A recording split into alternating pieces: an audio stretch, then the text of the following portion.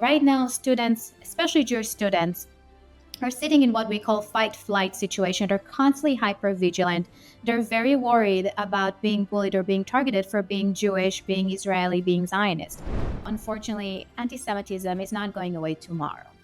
And traumatic invalidation is not going away next week. So we want to make sure that our kids are prepared. So my call for action is not just for the Jewish parents to have this conversation, but also for the non-Jewish parents to have those conversations with their kids, because everybody is vulnerable to radicalization and extremism. Joining us from New York is Dr. Miri Bar-Halpern. Miri, thank you so much for being with us today. Thank you for having me. And let me start by asking you how the Jewish community can effectively address and counteract the invalidation of their experiences and struggles, particularly in educational settings. Well, let me start by saying we need to name the invalidation. I think a lot of people don't understand what we're going through right now. And post October 7th, unfortunately, the community betrayed us from every single field you can think of. And we see it a lot in K to 12. So when that happens, not only from one person, but from a whole community on a systematic level, it can really create existential crisis for people. So this is traumatic invalidation, basically, when someone is denying your emotions or beliefs or parts of your identity, or rejecting it, or telling you that it's your fault, or what about, or politicizing your pain. All of this falls under the category of traumatic invalidation. And unfortunately, what we're seeing today, especially with K-12 and teenagers, when they're still developing their identity, is that they're starting to have more anxiety, school avoidance, self-harm for some of them, shame, fear of showing up with their identity, and really isolating themselves. So first, we need to name it. We need to recognize that. That's the most important thing. And only then we can start healing. And the healing will be when we're able to put ourselves first and say, my pain matters. This is important to me. And when the larger community is able to hold it and provide us this space to continue with this journey. What kind of role can students and educators play in fostering a more understanding and supportive environment? So schools are supposed to be trauma-informed. Just as in any trauma-informed organization, they need to make sure that every student, every single student, feels safe at school. And that means physically safe and emotionally safe. So educators and school personnel actually have a very important role in making sure that Jewish students are supported. They should make sure that they have a safe person. So when something happens at school, when there's any type of anti-Semitic event, or when they're being invalidated, or when they're being targeted, they need to know who they're going to go to, who's their safe person. And also they need to know what is going to happen with their, if they're filing a report, how do you file a report? Is there going to be any consequences? How are they going to be protected? So one thing is making sure they have a safe person. Then I hope that educators can be nuanced about the environment, the learning environment. Right now, students, especially Jewish students, are sitting in what we call fight-flight situation. They're constantly hyper-vigilant. They're very worried about being bullied or being targeted for being Jewish, being Israeli, being Zionist. So they're part of the brain that it's supposed to work with executive functioning and problem solving and all the things that we need in order to survive at school academically is actually shut down, because the other part of the brain, the amygdala, the limbic brain, that is really about the fight-flight response and looking at threat, is taking over. So we need to make sure that they're not only to the same levels of their peers, that they're getting exactly the same support. They're not asking for any special treatment. We just want to make sure that they're being supported just like their peers. So I'm hoping that educators can look at the physical environment to make sure that the environment is safe, that there are no specific symbols of hate, or that it will take into account what can be triggering for a Jewish student right now, and also emotionally safety. Reaching out to them, not waiting necessarily they will reach out to you, asking them, are you feeling safe? Is everything okay? Are you connected to the community? Can they connect them actually to communities within school and to clubs to celebrate their pride of being Jewish, to celebrate their uniqueness and who they are?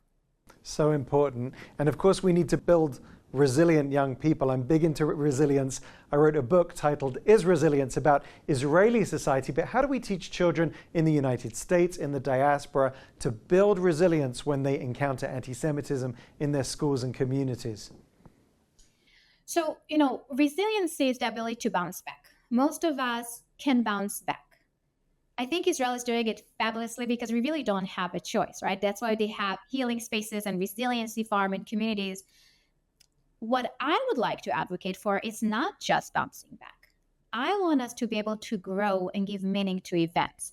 And we know that doing is the best antidote for trauma. It's a buffer. Even in Israel, when there is an alarm, they're telling the youngest kid in the room, you're going to be in charge of bringing snacks to the room or closing the window, because the action is giving you back control. So when you think trauma is a loss of control from the literally from the brain down to the body, and even from the brain, from the top part of the brain all the way down. So we want to bring back control. And part of it can be from the bottom up, from the body, teaching them skills to develop resiliency. It can be the stress tolerance skills, emotion regulation skills. And then, like I said before, connecting them to community and giving them a sense of belonging. All of this together, not just one aspect, but all of this together is really important in building resiliency and post-traumatic growth. So action.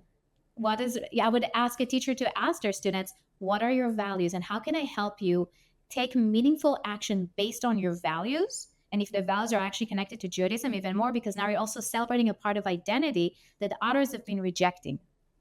Beautiful. And, parents and educators may worry about communicating with children about anti-Semitism, not wanting to cause them additional fear or anxiety. What tips do you have?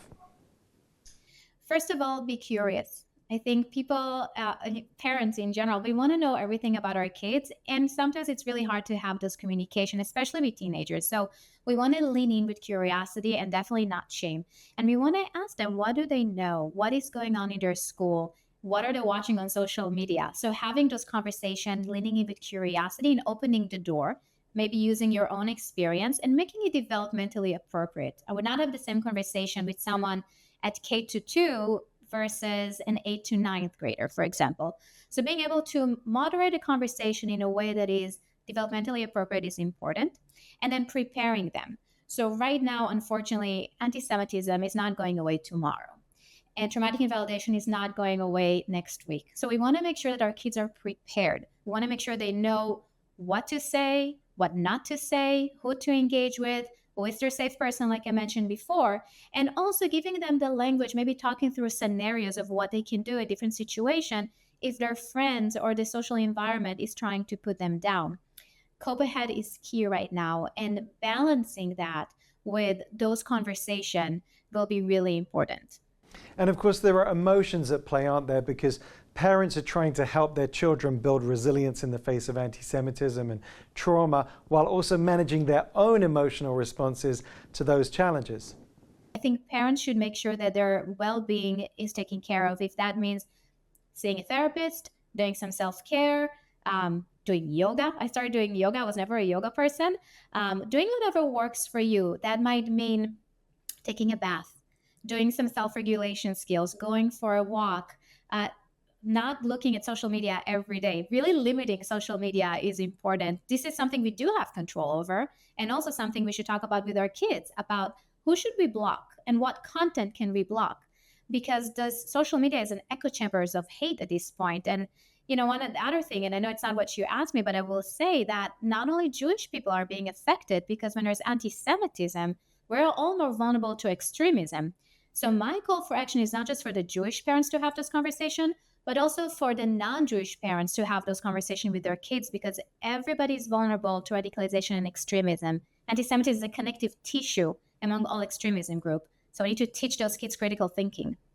So Miri, what would be a successful initiative that could help to be implemented and support kids who've experienced trauma related to anti-Semitism? Because there doesn't seem to be so much out there right now.